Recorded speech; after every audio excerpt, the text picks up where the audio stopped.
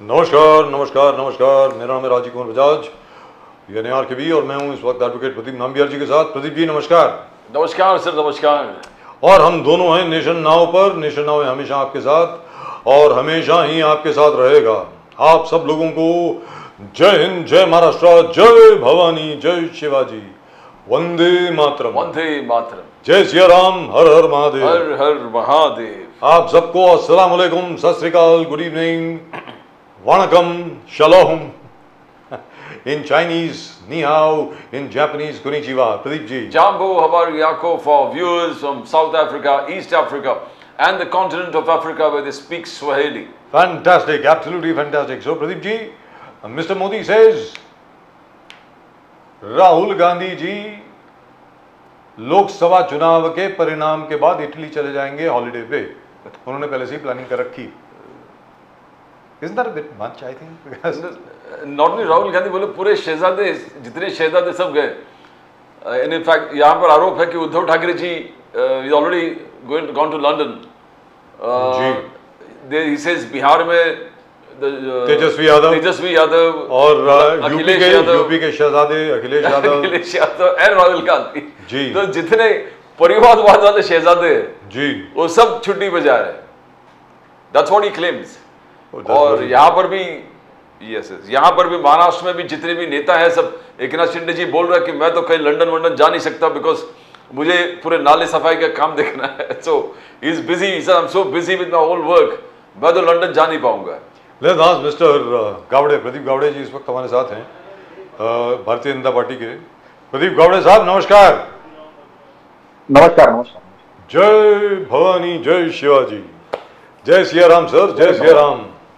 जय भवानी, जय शिवाजी, जय सिया राम, हर हर महादेव। हर हर महादेव। महादेव। प्रदीप गावड़े साहब, सो 370 पक्की बीजेपी की? नहीं, इस बार जनता ने एक नारा दिया है प्रदीप जी, अब की बार 400 पार। और इस नारे की अलग बात यह है कि ये नारा जो है ये भारतीय जनता पार्टी ने नहीं दिया है। पिछले 10 सालों में जो काम हुआ है, जो अप्रत्याशित काम पिछले 10 सालों में हुआ है, समाज के हर तबके के लिए जो काम पिछले 10 सालों में मोदी सरकार ने किया है, उस वजह से जनता ने नारा दिया है कि अब की बार 400 पार। जहां तक 370 की बात है तो वो हमारे लिए एक सिंबॉलिक इंपॉर्टेंस है। आदरणीय पंतप्रधान नरेंद्र मोदी जी ने खुद इसके बारे में कहा है कि बहुत सारे लोगों का ये कहना आया है कि 370 जो आर्टिकल 370 जो है उसको हटाने का जो डिसीजन था वो हिस्टोरिक था। उसकी वजह से एक 370 का एक लक्ष्य रखा गया था। और मैं आपको पूरे विश्वास के साथ बताना चाहता हूं कि हम जरूर इस बार जो जनता ने नारा दिया है अब की बार 400 पार, वो भी हम अचीव कर लेंगे। ये मैं आपको पूरे विश्वास के साथ बताना चाहता हूँ। अभी 6 चरणों का इलेक्शन खत्म हुआ है और जैसे अमित शाह जी ने कहा है कि पहले 5 चरणों में ही हमने जो मेजोरिटी का फिगर है उसको क्रॉस किया है एनडीए ने। और अभी तो 2 चरणों में जो होने वाला है वो तो सब बोनस है।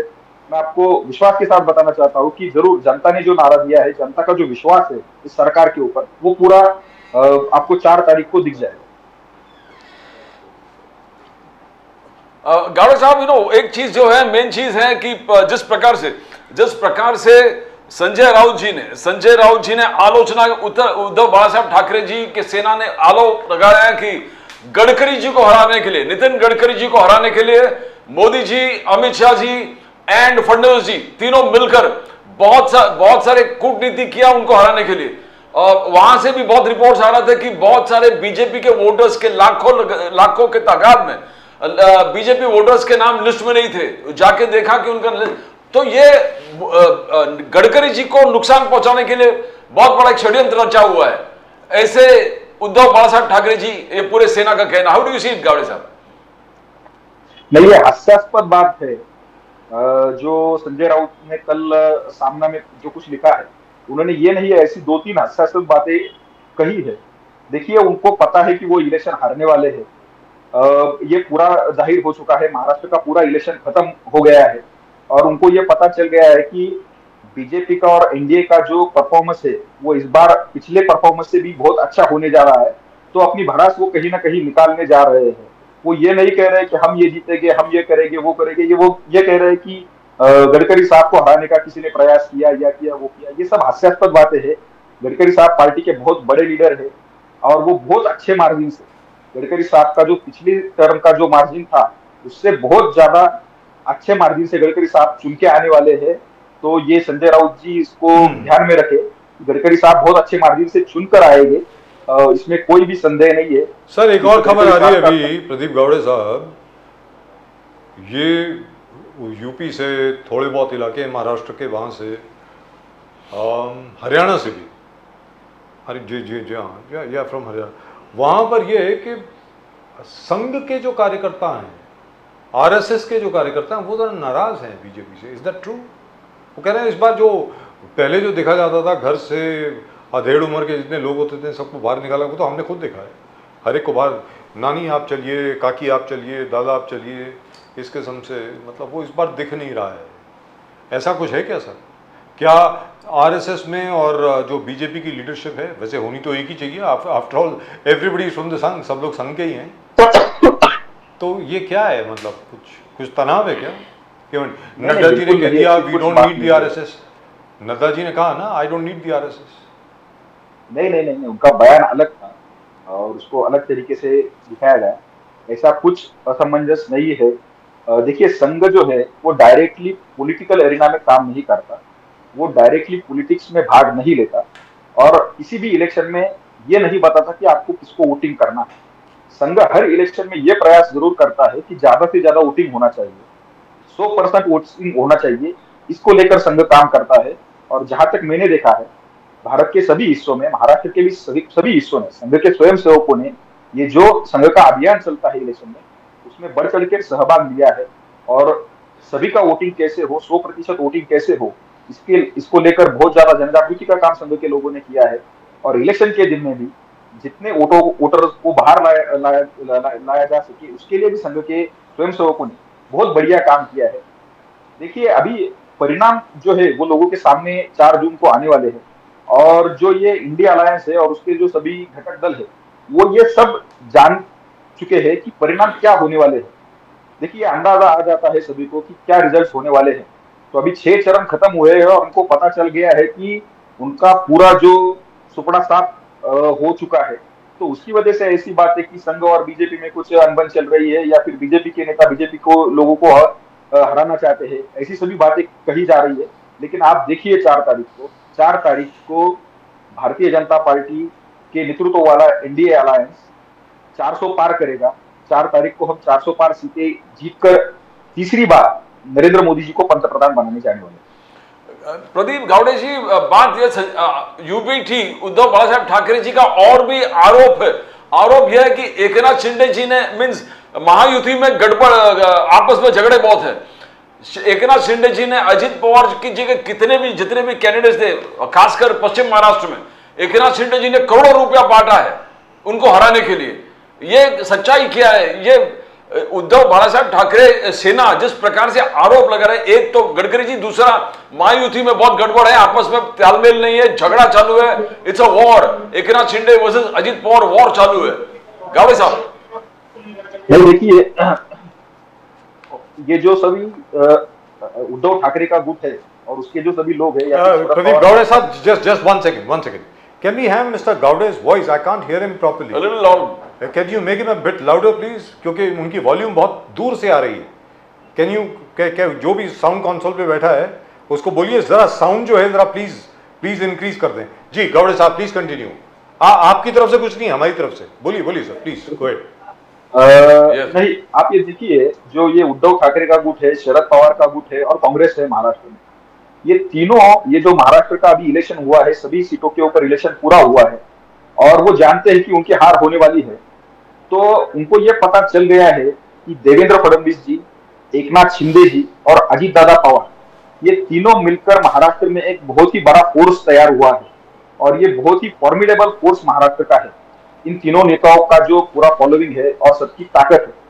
अब लोकसभा का इलेक्शन तो खत्म हो गया, अभी उनका टारगेट आगे का विधानसभा का है और ये संजय राउत और उद्धव ठाकरे ये सब चाहते हैं कि ये अलायंस विधानसभा के इलेक्शन तक ना रहे। उसकी वजह से वो ऐसी बेतुकी बातें उन्होंने कहना शुरू किया है क्योंकि वो ये जान चुके हैं कि ये जो तीनों नेता साथ में आए हैं महाराष्ट्र में, भारतीय जनता पार्टी, एकनाथ शिंदे जी की शिवसेना और अजित पवार जी, तो ये एक बहुत बड़ा फोर्स महाराष्ट्र में तैयार हुआ है। और आज की तारीख में कोई भी अलग गठबंधन जो है वो इसको टक्कर नहीं दे सकता, ये वो जानते हैं। इसकी वजह से वो ऐसी बातें फैला रहे हैं कि एकनाथ शिंदे ने अजित पवार के खिलाफ काम किया या फिर अजित पवार ने इसके खिलाफ काम किया। हम सब जमीन पर काम करने वाले कार्यकर्ता हैं और हमने जमीन पर ये देखा है कि हमारे तीनों जो अलायंस के पार्टनर है उसके सभी कार्यकर्ताओं ने जमीनी स्तर पे बहुत अच्छा काम किया है। हम सभी का वोट शेयर जो है वो ट्रांसफर हुआ है, उसमें कोई दिक्कत नहीं आई है। हमारे जो भारतीय जनता पार्टी का वोटर है या फिर कार्यकर्ता है उसका वोट शेयर भी ट्रांसफर हुआ है। Same thing with Ajit Pawar, same thing with Eknath Shinde ji. तो हमारा जमीनी स्तर पे बहुत ही अच्छा मिलजुल कर पूरा अभियान चला है और उसका रिजल्ट आप 4 तारीख को देखेंगे। सामने वाला जो चाहता है, आपकी बात ठीक हो सकती है, ऐसी बात नहीं है, लेकिन जितने भी सो कॉल्ड एक्सपर्ट्स हैं पूरे हिंदुस्तान में, हर कोई ये कहता है कि महाराष्ट्र का इलेक्शन फंसा हुआ है बीजेपी के लिए, यानी एनडीए के लिए। Why is that? ऐसा क्यों है? ये कंफ्यूजन कहां से पैदा हुआ? ये मध्य प्रदेश के बारे में नहीं कहा जा रहा, राजस्थान के बारे में नहीं कहा जा रहा, गुजरात के बारे में ऐसी कोई बात नहीं है, मालूम है सबको बीजेपी स्वीप करने वाली है। तो महाराष्ट्र के बारे में ये क्यों कहा जा रहा है? प्रदीप गावड़े साहब। नहीं, ये जो कंफ्यूजन क्रिएट किया जा रहा है वो 4 तारीख को दूर होगा। 4 तारीख को जब परिणाम हमारे सामने होंगे तो मैं आपको दावे के साथ बताता हूँ कि जो पिछली हमारी टैली थी उससे अच्छा परफॉर्मेंस हम करेंगे। पिछली बार आप 23 सीट जीत कर आए थे, यू वन 23, शिवसेना 118, सो 41 प्लस 1 नवनीत राणा जी की जो सीट थी एक और, तो 42 हो गए जी। हाँ, मैं आपको दावे के साथ कह रहा हूँ कि हमारा इस बार का जो रिजल्ट है वो उससे अच्छा होगा। मतलब कितना? महाराष्ट्र में ये कितना? 6 सीट तो बची है और कितना? हमने हमारा टारगेट 45 का रखा है 45, और मुझे अपेक्षा है कि हम वो अचीव कर लेंगे। देखिए, महाराष्ट्र में पिछले समय में हमने देखा, एक सेकंड रुकना पड़ेगा मुझे आपको। 45 अगर आप अचीव कर लेते, इसका मतलब मैक्सिमम टू मैक्सिमम 3 सीटें आएंगी फॉर्मर एमवीए की, मैक्सिमम 3 सीटें, हो सकता है उससे भी कम हो। तो फिर मुझे तो ऐसा लगता है सबको रिजाइन कर देना चाहिए पॉलिटिक्स से। पॉलिटिक्स में है काहे गई उसके बाद, अगर सिर्फ 3 सीट करके लाते हैं वो महाराष्ट्र से, इतना कुछ करने के बाद भी, तो मतलब फिर तो मतलब रड़ा मैदान है ना, फिर तो मैदान साफ है आपके लिए। जी प्रदीप गावड़े साहब बताएं। नहीं, इन लोगों ने पहले ही रिजाइन करना चाहिए था। देखिए, जब उद्धव ठाकरे की जब शिवसेना वो चला रहे थे जी, उनकी पूरी पार्टी निकल गई, कुछ ही बचा नहीं, तो उन्होंने तभी रिजाइन करना चाहिए था। Same thing with Sharad Pawar ji, उनकी भी पूरी पार्टी निकल गई, तभी उन्होंने मॉरल रिस्पॉन्सिबिलिटी लेकर राजनीति छोड़नी चाहिए थी, लेकिन नहीं छोड़ी। देखिए, विपक्ष जनता के लिए महाराष्ट्र में कुछ ऑल्टरनेटिव है क्या? तो नहीं है। देखिए, उद्धव ठाकरे की पार्टी उनके पास नहीं रही, उनके पास कुछ नहीं, संगठन नहीं है, कुछ नहीं है। यही बात शरद पवार जी के साथ है। तो महाराष्ट्र में हमारे खिलाफ कोई बहुत बड़ा मतलब टारगेट नहीं है या फिर बहुत बड़ा अपोजिशन नहीं है। एक बात है कि महाराष्ट्र में कुछ मराठी मीडिया को साथ में लेकर कुछ एक नैरेटिव सेट करने का प्रयास किया गया, एक फॉल्स सिंपैथी क्रिएट करने का प्रयास किया गया शरद पवार जी के और उद्धव ठाकरे जी के पीछे। लेकिन ये चुनाव जो है वो देश का चुनाव है, महाराष्ट्र की जनता देश का चुनाव है, ये जानती है। महाराष्ट्र की जनता ने अनुभव किया है कि पिछले 10 सालों में महाराष्ट्र में क्या डेवलपमेंट हुआ है, तो उसकी वजह से जनता हमारे साथ रहने वाली है। ये देश का चुनाव है, महाराष्ट्र की जनता भलीभूति जानती है कि केंद्र में नरेंद्र मोदी जी ही चाहिए, तो उसकी वजह से बहुत ज्यादा अच्छी सीट्स हमारी इस इलेक्शन में आएगी। शरद पवार साहब का कहना है, देखो मैंने 2004 में शाइनिंग इंडिया देखा था, शाइनिंग इंडिया कैंपेन भी देखा था, तभी प्रफुल्ल पटेल मेरे पास आए थे और प्रफुल्ल पटेल बोले कि we have to join BJP because they are winning. तभी मैंने प्रफुल्ल पटेल जी को बोला था कि लुक, ये जो शाइनिंग है, इंडिया शाइनिंग को एक कन्वर्ट नहीं कर पाएंगे वोट्स में, they can not convert into votes. और 400 पार आप जो कह रहे हो आज के, शरद पवार जी का कहना है कि मैं बीजेपी से पूछना चाहता हूं कि अब 400 कहां से मिलेंगे आपको, कहां से 400 मिलेगा? तो पवार साहब कहना, मैंने इतना चुनाव देख लिया है, ये कुछ होने वाला नहीं है 400 पार, they are not going to achieve it. Sharad Pawar का क्रिटिसिज्म आप कैसे देखते हो? देखिए, जब 2014 का इलेक्शन हुआ था तो मुझे नहीं लगता किसी ने भी कहा था कि बीजेपी को अपने ही बलबूते पर 272 से ज्यादा सीट्स मिलेगी। लेकिन हमको 272 से ज्यादा, मतलब भारतीय जनता पार्टी को ही 272 से ज्यादा सीटें मिली और एनडीए उस वक्त 300 से आगे चला गया। 2019 में सब लोग कह रहे थे कि भारतीय जनता पार्टी की सीटें कम होगी, सीटें कम होगी, सीटें कम होगी, लेकिन हमने देखा कि 2019 में भारतीय जनता पार्टी की खुद की टैली 300 से आगे चली गई और एनडीए भी बहुत ज्यादा आगे निकल के गया। तो ना ही 2014 में किसी ने कहा था कि भारतीय जनता पार्टी को इतनी सीटें मिलेगी। 2019 में तो सब कह रहे थे कि 2014 में चलो मिल गई, अभी 2019 में इनकी सीटें बहुत कम होने वाली है, लेकिन 2019 में हमारी सीटें बढ़ी। तो ये जो लोग आज कह रहे हैं कि इनको इतनी सीटें नहीं मिलने वाली, वो 2014 में भी यही कह रहे थे, लेकिन जनता ने उनको झूठ साबित किया। 2019 में भी ये लोग यही कह रहे थे, जनता ने उनको झूठ साबित किया। अभी ये फिर से वही बातें कह रहे हैं, जनता इस बार भी उनको झूठ साबित करने वाली है। मैं बताता हूँ आपको सीट्स कहाँ पे आने वाली है। देखो, उत्तर प्रदेश में हमारी जो सीटें है वो बढ़ने वाली है इस बार। महाराष्ट्र में हम पिछले बार से अच्छा करेंगे। तेलंगाना में हमारी सीटें बढ़ने वाली है इस बार। उड़ीसा में हमारी सीटें बढ़ेगी। पश्चिम बंगाल में हमारी सीटें बढ़ेगी। तमिलनाडु में आप सब देख रहे होंगे कि किस तरह का वातावरण हुआ है। तमिलनाडु में हमारी सीट बढ़ेगी। आंध्र प्रदेश में भी अब हमारे पास अलायंसेस है। आंध्र प्रदेश में अलायंस की भी कुछ सीटें बढ़ेगी हमारी, और हमारी भी कुछ सीटें चुनकर आएगी। तो ये सब मिलाकर जो जनता का नारा है, केरल के बारे में आप बोले नहीं गावड़े साहब। केरल में भी हमारी सीटें मिलेगी। केरल में भी मैं पूरी तरह से आश्वासित हूँ कि कुछ सीटें हमको केरल में जरूर मिलेगी। तो पिछली बार 20 में से 0 आया था सर, पिछली बार 20 में से 0 आया था। नहीं, जरूर है, लेकिन कुछ सीटों के ऊपर हम 2 नंबर पर रहे थे। त्रिवांद्रम में हमने अच्छा परफॉर्म किया था, कासरगोड में हमने अच्छा परफॉर्म किया था। सर, वोट शेयर बहुत अच्छा था, वोट शेयर बहुत अच्छा था जी। हाँ, मुझे पूरा विश्वास है इस बार कि तमिलनाडु में भी हम अच्छा परफॉर्म करेंगे और केरला में भी हम अच्छा परफॉर्म। लेकिन ये बड़ा अजीबोगरीब मसला है ना, छोटा सा, सॉरी टू डाइवर्ट, कि केरल में मैंने देखा है, प्रदीप जी तो बहुत बार जा चुके हैं, प्रदीप जी तो वहीं से ओरिजिनली, मतलब उनके ग्रैंड पेरेंट्स तो केरल से ही हैं, कि केरल में आरएसएस की जो पोजीशन है और उनका जो काम है, उसके अलावा बीजेपी का जो काम है वो ज़बरदस्त है, लेकिन उसके बावजूद आज तक कभी भारतीय जनता पार्टी केरल में एक भी सीट नहीं जीत पाई। ऐसा क्यों है सर? देखिए, शुरुआत होने की देरी होती है।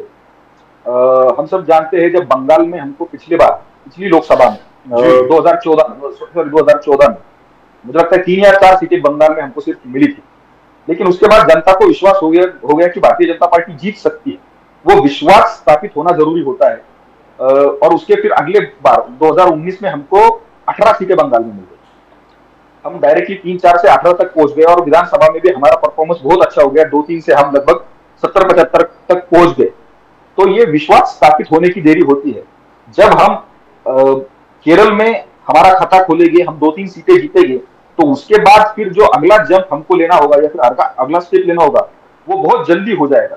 हम बहुत जल्दी, मतलब वहां पे ग्रोथ करेंगे। Same thing with Tamil Nadu.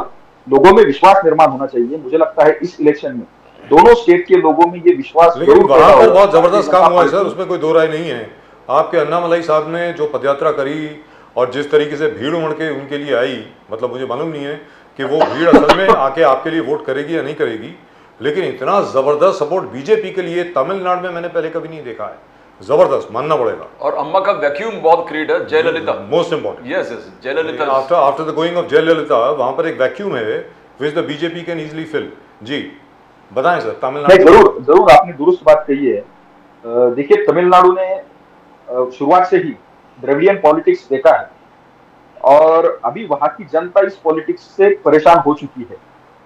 वहां की जनता को ये पूरी तरह से पता चल गया है कि सिर्फ किसी फैमिली को सत्ता में रखने के लिए हमारा उपयोग किया जा रहा है। वहां पे जो करप्शन के मामले बाहर आए हैं, तो उसकी सभी वजह से वहां की जनता परेशान है। और जैसे आपने अभी दुरुस्त कहा कि वहां पे एक वैक्यूम बना है। देखिए, हमारे अपोनेंट थे, लेकिन फिर भी करुणानिधि जी का एक ऑरा था, जयललिता का अपना एक ऑरा था, और अभी उस ऑरा में फिट होने वाला कोई वहां पे लीडरशिप नहीं है। तो एक बहुत बड़ा लीडरशिप वैक्यूम वहां पे है। और आपने दुरुस्त बात कही कि अन्नामलाई साहब की जो पूरी रैलीज आप देखिए, पूरा कैंपेन देखिए, एक बहुत ही इंथुजियास्टिक पूरा सपोर्ट उनको वहां पे मिला है, बहुत ही स्पॉन्टेनियस सपोर्ट मिला है। और उसकी वजह से हम सब अपेक्षा कर रहे हैं कि तमिलनाडु से बहुत अच्छा रिजल्ट हमको इस बार मिलेगा। इनफैक्ट और जो विश्लेषण हमारे पास आ रहा है उसके मुताबिक तो हो सकता है कि जैसे बंगाल में आपकी परफॉर्मेंस रही, वही परफॉर्मेंस तमिलनाडु में भी रहेगी। अभी, क्योंकि बंगाल में you are now the number 2 party effectively. मतलब आपने कम्युनिस्टों को और कांग्रेस को गुड मॉर्निंग कर दी है, वहाँ पर अकेले आप हैं।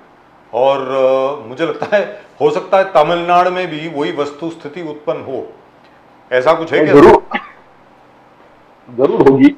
वहां के हमारे प्रदेश अध्यक्ष समेत सभी कार्यकर्ताओं ने सर पानी पी लीजिए ना, पानी पीजिए sir, please please have water.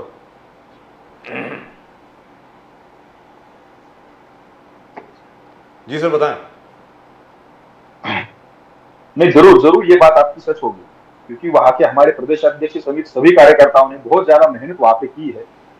और जनता ने पिछले 60-70 सालों में इन सभी को मौका देके वहां पे देखा है। और जरूर जनता इस बार अल्टरनेटिव के साथ जाएगी और भारतीय जनता पार्टी एक बहुत बड़ा फोर्स तमिलनाडु की पॉलिटिक्स में उभर चुकी है। वो 4 जून को आपको दिखाई देगा। गौड़े साहब, शरद पवार जी यहां पर कह रहे कि the prime minister has lowered the dignity of his chair by calling me भटकती आत्मा। शरद पवार साहब को भटकती आत्मा बोलने से प्राइम मिनिस्टर का जो स्टेटस है उन्होंने बहुत नीचे लो लेवल पे लेके आए। और नकली शिवसेना, नकली उद्धव ठाकरे और नकली शरद पवार जी के पार्टी, ये बोल के और याद दिला दिया कि ये प्राइम मिनिस्टर को शोभा नहीं देता। और जिन जिन जिन लोगों ने शरद पवार जी को पहले भी पर्सनल अटैक किए थे, चाहे वो अन्ना हजारे हो, चाहे वो जिया गोरा खैरनार हो, बोले उनके स्टेटस क्या है और मैं किधर हूं। तो क्या ये, और बोला महाराष्ट्र ऐसा इलेक्टोरेट जगह है, इलेक्टोरेट ऐसे पर्सनल अटैक करने वालों को माफ नहीं करता। गावड़े साहब, you have been in politics, do you think Sharad Pawar statement it stands कि the prime minister has dignity कम कर दिया है पर्सनल अटैक्स करने से, और वोट लगेंगे नहीं, वोट पड़ेंगे नहीं? देखिए, पंतप्रधान नरेंद्र मोदी जी ने किसी का नाम नहीं लिया था जब ये कहा था कि भटकती आत्मा। मोदी जी ने किसी का नाम नहीं लिया था। लेकिन अभी शरद पवार साहब को खुद को ऐसा लग रहा होगा कि वो भटकती आत्मा है और उन्होंने खुद ने ये क्रिटिसिज्म ऑन कर लिया होगा, तो उसमें फिर हमारा कोई पर्याय नहीं। मोदी जी ने किसी का नाम नहीं लिया था, लेकिन शरद पवार उसने कहा कि वो उनके लिए बात कही है। तो महाराष्ट्र की जनता जानती है ये भटकती हुई आत्मा कौन है, और मोदी जी ने किसी का नाम नहीं लिया था। जहां तक दूसरी बात है नकली शिवसेना की, देखिए, बाला साहब ठाकरे ने कहा था कि मैं मेरी शिवसेना की कांग्रेस नहीं होने दूंगा। कौन कांग्रेस के साथ चला गया? बाला साहब ठाकरे ने कांग्रेस के बारे में क्या क्या बातें कही थी। तो जो शिवसेना, उद्धव ठाकरे का गुट जो कांग्रेस के साथ चला गया, जो बाला साहब के विचारों के साथ उन्होंने सौदा कर दिया, तो वो 100% नकली शिवसेना है। उन्होंने बाला साहब ठाकरे के विचारों के साथ प्रताड़ना की है, और जो लोग बाला साहब के विचारों के साथ प्रताड़ना करते हैं वो नकली शिवसेना है। उसमें कोई गलत बात नहीं है। देखिए, ऐसा है कि महाराष्ट्र में अभी जिन लोगों के आप नाम बता रहे थे, महाराष्ट्र में मोदी जी के बारे में क्या क्या कहा गया, मोदी जी के बारे में राहुल गांधी किस तरीके की बात कर रहे हैं, वो आपको देखना चाहिए। मतलब गाड़ी दे रहे हैं पंतप्रधान को, क्या वो शोभा देता है? शरद पवार जैसे सीनियर नेता राहुल गांधी को बता नहीं सकते कि पंतप्रधान की कुछ डिग्निटी है, उसको हमको रखना चाहिए? किस तरीके से राहुल गांधी मोदी जी के बारे में बात कर रहे हैं? तो सर यहाँ पर एक और चीज आती है, मुझे लगता नहीं कि मोदी जी को कोई खास फर्क पड़ेगा इस किस्म की चीजों को लेकर के। लेकिन एक और चीज आती है, बिहार का चुनाव जरा अटका हुआ है सर थोड़ा सा, क्योंकि मैं किस बेसिस पे बोल रहा हूँ ये आपको बता दूं कि ऐसा नहीं है, मैं बिहार तो गया नहीं हूँ अभी, इस बार तो मैं मतलब बिहार में नहीं गए, हम लोग वहाँ घूम फिर के नहीं आए हैं। लेकिन जो भीड़ दिख रही है तेजस्वी यादव जी के लिए, वो तो अपार है सर। तो लाखों, पता नहीं कितनों की भीड़ है यार, वो तो बहुत ज़बरदस्त है। तो इसका मतलब काफ़ी सपोर्ट है उनका, तेजस्वी जी का। जब विधानसभा का, बिहार की विधानसभा का इलेक्शन जब हुआ था 2020 में, तभी पूरी मीडिया में यही चर्चा चल रही थी कि तेजस्वी जी की सभा में बहुत ज्यादा भीड़ है, और तेजस्वी का ये चल रहा है, तेजस्वी का वो चल रहा है। लेकिन इसके बाद भी हमारी सरकार वहां पे बनी और भारतीय जनता पार्टी को वहां पे बहुत ज्यादा यश बिहार में मिला। देखिए, आप 4 तारीख तक रुकिए, 4 तारीख को आपको पता चलेगा। ना ही महाराष्ट्र का चुनाव लटका था, ना ही बिहार का चुनाव लटका है। कन्याकुमारी तक पूरी जनता भारतीय जनता पार्टी के साथ खड़ी रहेगी, और वो 4 तारीख को आप सभी देखेंगे। तो प्रदीप गावड़े साहब, हाल ही में आज ही के दिन, इनफैक्ट आज है या कल, आज तेजस्वी यादव साहब ने कहा है कि ये जो हमें धमकी दे रहे हो कि तुम हमें उठा लोगे या गिरफ्तार कर लोगे, ये झारखंड नहीं है, ये कोई मध्य प्रदेश या छत्तीसगढ़ नहीं है कि तेजस्वी यादव को तुम उठा लोगे। हाथ लगा के देखो क्या हाल होगा तुम्हारा। ऐसा उन्होंने अमित शाह जी को ललकारा है, ऐसा बोला है उन्होंने। क्या कहेंगे इसके बारे में सर? देखिए, ये सभी वो लोग हैं जो कहते हैं कि संविधान खतरे में है और संविधान को मानते नहीं है। हमारे संविधान का एक बहुत बड़ा प्रिंसिपल है इक्वलिटी बिफोर लॉ और equal protection of law. Law के सामने सभी लोग समान है। अगर तेजस्वी यादव ने कुछ गड़बड़ी की है, चोरी की है, घपला किया है, तो 100% अंदर जाएंगे। क्यों नहीं जाएंगे? उनके पिता चले गए ना। उनके पिता भी खुद को बहुत बड़ा बाहुबली, खुद को बहुत बड़ा नेता, पीएम का दावेदार समझते थे, लेकिन चले गए जेल में। सर वो तो कांग्रेस ने भेजा उनको। पूरी हाँ, जो किसी ने भेजा, लेकिन हाँ, चोरी के मामले में गए जी। कांग्रेस के गृह मंत्री रहे थे पी चिदम्बरम, उन्होंने चोरी की, उन्होंने घपला किया, वो जेल में चले गए। देखिए, मोदी जी ने कहा था ना खाऊंगा ना खाने दूंगा, और जिस किसी ने 2014 के बाद बड़े ये भ्रष्टाचार के प्रकरण आए हैं, उसमें वो सभी लोग जेल चले गए। अरविंद केजरीवाल जेल चले गए लीकर केस के मामले में, और अभी बेल पे बाहर है। वो हेमंत सोरेन जेल में है। तो कोई आदमी कितना भी बड़ा हो क्यों ना हो, खुद को कितना ही बड़ा 30 मार खा क्यों ना समझता हो, वो जेल में जाएगा अगर उसने किसी ने कुछ गड़बड़ी की है। तो तेजस्वी यादव इस भ्रम में ना रहे कि उनको कोई हाथ नहीं लगा सकता। प्रदीप जी, आप कुछ बोल रहे हैं। जब जाएगा तब वो बिल्कुल जेल में जाएगा, कुछ उसमें कुछ होगा। उद्धव ठाकरे सेना संजय राउत जी ने पहले ऐलान किया था कि देखो इलेक्शन से पहले ट्रेन में जो जा रहे हैं कार सेवक जो मंदिर देखने के लिए, वहां पर पाकिस्तान के साथ मिलकर अटैक होगा और एक सिंपैथी वेव क्रिएट करेंगे पाकिस्तान के साथ मोदी जी, और ये चुनाव में एक गेम चेंजर होगा, एक जबरदस्त वेव क्रिएट करेंगे। तो जो बालाकोट गए बार था, बालाकोट एयर स्ट्राइक, वैसे अभी अटैक जो हमारे सेवक जा रहे हैं मंदिर के ट्रेन में, उन पे अटैक करके मोदी जी इलेक्शन जीते। पर मोदी जी ने कहा कि ऐसे कुछ हुआ नहीं है। और तो why was this entire propaganda, कुछ होने वाला है, कुछ होने वाला है, कुछ होने वाला है। गावड़े साहब, नहीं देखिए, बहुत ही ये मतलब राजनीति चलती रहेगी, लेकिन ये बहुत ही शर्म की बात है इस तरीके के बयान देना। राजनीति के लिए बहुत ही शर्म की बात है। और इससे मतलब हमको ऐसा ये होता है कि ये भारत के किसी पार्टी के स्पोक्स पर्सन है या पाकिस्तान की किसी पार्टी के स्पोक्स पर्सन है। हमने पहले भी देखा है कि इनके लोगों ने, जो इंडिया अलायंस के लोग हैं, इन्होंने अलग अलग विषयों पे जो कहा, मतलब पुलवामा हमले के बारे में जो कुछ बातें कही, वो पाकिस्तान ने इंटरनेशनल फोरम के ऊपर यूज की।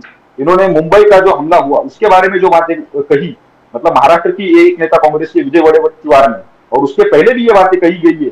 ये पाकिस्तान ने इंटरनेशनल फोरम के ऊपर ये बातें उठाई है और ये पाकिस्तान की लाइन है।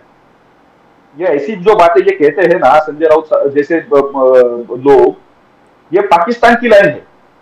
तो भारत की जनता ये देख रही है कि किसके बिहाफ के ऊपर बात कर रहे हैं। प्रदीप गावड़े साहब, चलते चलते आखिरी सवाल। आज की तारीख में सामने जो वस्तुस्थिति आ रही है, हो सकता है कि जो किसान हैं, मुसलमान हैं और दलित हैं, ये तीन जो तबके हैं बहुत बड़े अलग अलग स्टेट्स में, हो सकता है कि इस बार आपको इनका समर्थन उतना शायद ना मिले जितना कि 2019 में मिला था। ऐसा कुछ है क्या? बिल्कुल नहीं है। देखिए, किसानों की बात जो आपने कही वो बिल्कुल ऐसा नहीं होने वाला। किसानों का उल्टा इस बार बहुत ज्यादा बढ़ चढ़कर समर्थन भारतीय जनता पार्टी को मिलेगा, क्योंकि किसान सम्मान निधि से देश के बहुत सारे किसानों को बहुत बड़ा लाभ मिला है। फसल बीमा की योजना से किसानों को बहुत सारा फायदा मिला है। तो उसकी वजह से किसान ये जानते हैं कि स्वतंत्र भारत में अगर किसानों का किसी ने सबसे ज्यादा सम्मान किया है तो वो नरेंद्र मोदी जी ने किया है। तो उसका आपको परिणाम 4 तारीख को दिखेगा। किसान बढ़ चढ़कर भारतीय जनता पार्टी के साथ है। दूसरा, आपने जो कहा दलितों के बारे में, दलित समाज भी बहुत अच्छे से जानता है कि दलित समाज के जो सभी अपने महत्व के इश्यूज थे उसके ऊपर काम किसने किया है। दलित समाज ये जान रहा है कि दलितों का जो आरक्षण है वो खत्म कर वो मुसलमानों को देने का प्रयास कांग्रेस कर रही है। ये दलित जानते हैं, और दलित ये भी जानते हैं कि बाबा साहब अम्बेडकर को उनके पूरे जीवन में हमेशा अवहेलना करने का उनका काम किसने किया है, ये दलित समाज जानता है। दलित समाज ये भी जानता है कि अलग अलग योजनाओं के साथ दलितों को स्ट्रेंथन करने का काम, उनको इकोनॉमिकली स्टेबल करने का काम किसने किया है, तो वो नरेंद्र मोदी जी की सरकार ने पिछले 10 सालों में किया है। तो दलित भी बहुत बड़े पैमाने पर भारतीय जनता पार्टी के पीछे खड़े रहेंगे। और मुसलमान की बात की कही, देखिए इस बार वोट जिहाद करने का प्रयास किया गया है।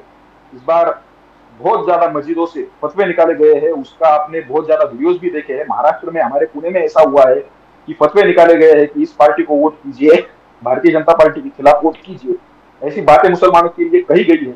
लेकिन मुझे ऐसा लगता है जो अमन पसंद मुसलमान है, जिसने पिछले 10 सालों में इस सरकार का काम देखा है, इस सरकार की योजनाओं का लाभ मुसलमानों को भी मिला है, तो मुझे ऐसा नहीं लगता कि इनकी बातों में कोई आने वाला है। समाज के हर तबके का वोटिंग भारतीय जनता पार्टी को होने वाला है। 4 तारीख का जो रिजल्ट आएगा, आप देखेंगे हम 400 पार होंगे, हमारा वोट परसेंट भी बढ़ेगा और हमारी सीटें भी बढ़ेगी। Wonderful, sir. Wonderful. प्रदीप गौड़े साहब, thank you so much for joining us. Great pleasure as always talking to you. बड़े दिनों के बाद आप आए। आप मेहनत भी बहुत कर रहे थे अपने कॉन्स्टिट्यूंसी में, देखे जी, हमने। बिल्कुल। जी, जी। Thank you so much sir. मेरे पास एक कॉन्स्टिट्यूट में दायित्व था, इस वजह से मैं आपके शो में नहीं आ पाया, उसके लिए खेद है। चलिए सर, 4 जून को मिलेंगे। उम्मीद जी, करते हैं thank you, कि thank you। अगर जो आपने आंकड़े बताए हैं अगर वो पूरे हो गए तो आप मिठाई जरूर भेजेंगे। अगर जी, ना जरूर, भी आए तो जरूर। फिर भी मिठाई भेजेंगे।